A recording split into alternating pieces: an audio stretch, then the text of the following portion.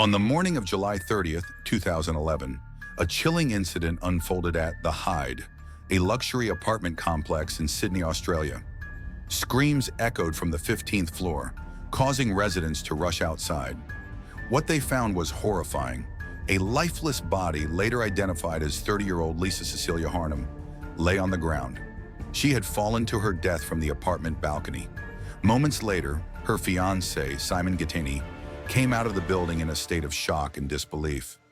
Initially, it seemed like a tragic accident, but as investigators began to dig deeper, they found a torn note in Lisa's pocket with a message that left everyone questioning what had really happened.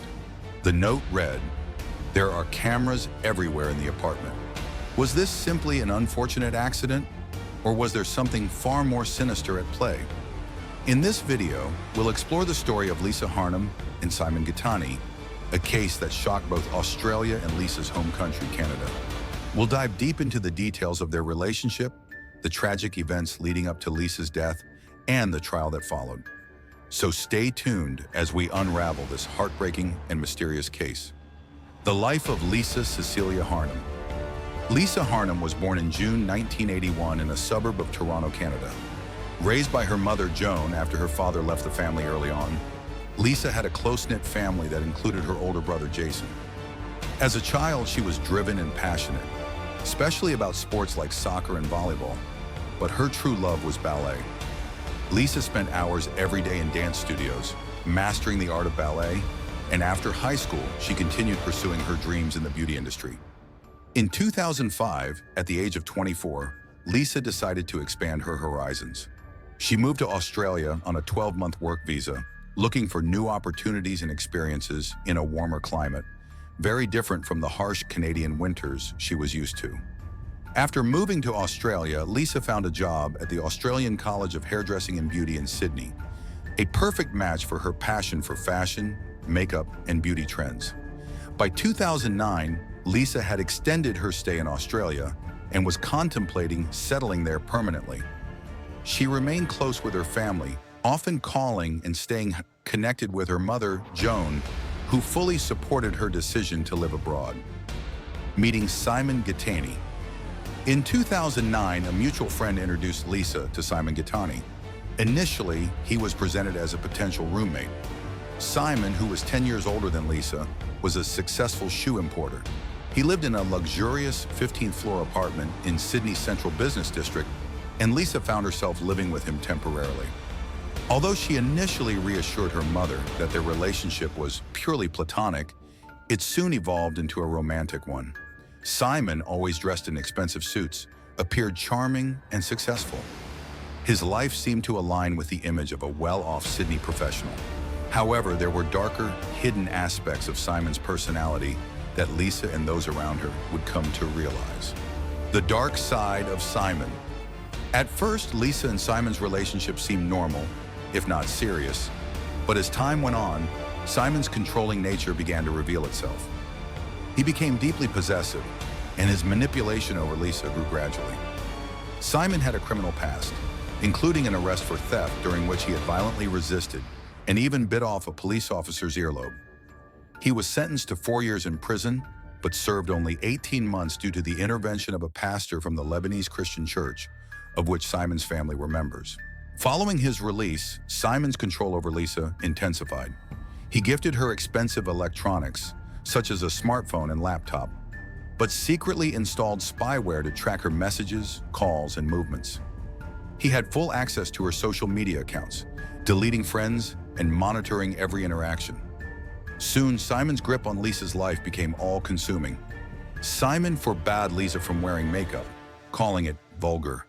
He replaced her wardrobe with drab, modest clothing, taking away her colorful and vibrant outfits. She could only leave the apartment with him, and they only went to places he approved of. Simon even insisted Lisa work out at home rather than go to the gym, purchasing expensive exercise equipment to ensure she didn't leave the house. Isolation and control. Lisa's isolation grew more severe. Simon convinced her to delete her social media accounts and cut off most of her friends. He allowed her to speak only with her mother and brother, and even then their conversations were heavily monitored. Despite his oppressive control, Lisa remained hopeful that their relationship was just going through a rough patch. In December 2010, Lisa visited her family in Canada for Christmas. Although Simon initially planned to accompany her, he backed out at the last moment, citing work obligations. This trip alarmed Lisa's family. They were shocked to see the drastic changes in her appearance and behavior. Lisa, once vibrant and outgoing, now dressed in plain clothes, wore no makeup, and was visibly anxious. She seemed distant, often flinching when her phone rang, and was constantly worried about contacting Simon. Her mother, Joan, begged Lisa to stay in Canada, but Lisa returned to Australia, still convinced that Simon loved her and that things would get better. Sadly, things only worsened. Simon restricted Lisa even more, forbidding her from making eye contact with other men and calling her by her middle name, Cecilia, because he believed it sounded more respectable.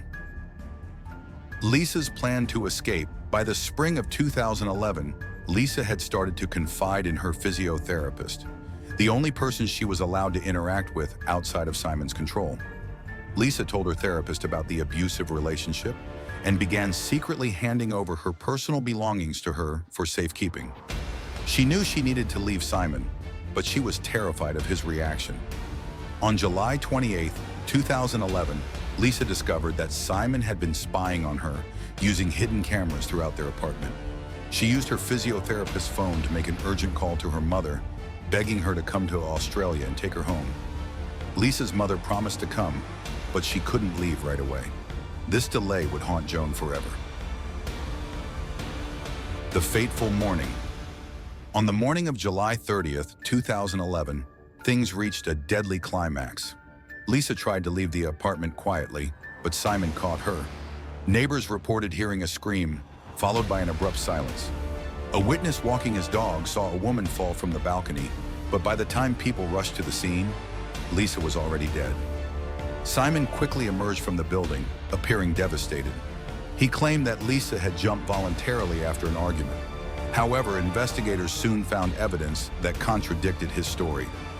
Security footage showed Lisa running out of the apartment, only to be dragged back inside by Simon. The torn note in her pocket further suggested that Lisa had been trying to escape. The trial and conviction, Simon Gittany was arrested and charged with Lisa's murder. His defense claimed that Lisa had a history of mental illness and that she had jumped to her death. However, the evidence told a different story. Witnesses testified that Simon was a master manipulator who had controlled every aspect of Lisa's life. The trial revealed disturbing details about Simon's behavior, including the spyware he used to monitor Lisa and the hidden cameras throughout their apartment. A physiotherapist testified that Lisa had confided in her about Simon's abusive and controlling behavior. In November 2013, Simon Gittany was found guilty of murder. He was sentenced to 26 years in prison, with the possibility of parole after 18 years. The case left a lasting impact, highlighting the dangers of coercive control and emotional abuse in relationships. The tragic death of Lisa Harnum serves as a stark reminder of the devastating consequences of controlling and abusive relationships. While justice was served, Lisa's life was cut short, and her family will forever bear the pain of losing her in such a heartbreaking manner. If you or someone you know is in a controlling or abusive relationship, please seek help. Remember, there are resources and support systems available to guide you through even the darkest situations. Stay safe, and thank you for watching.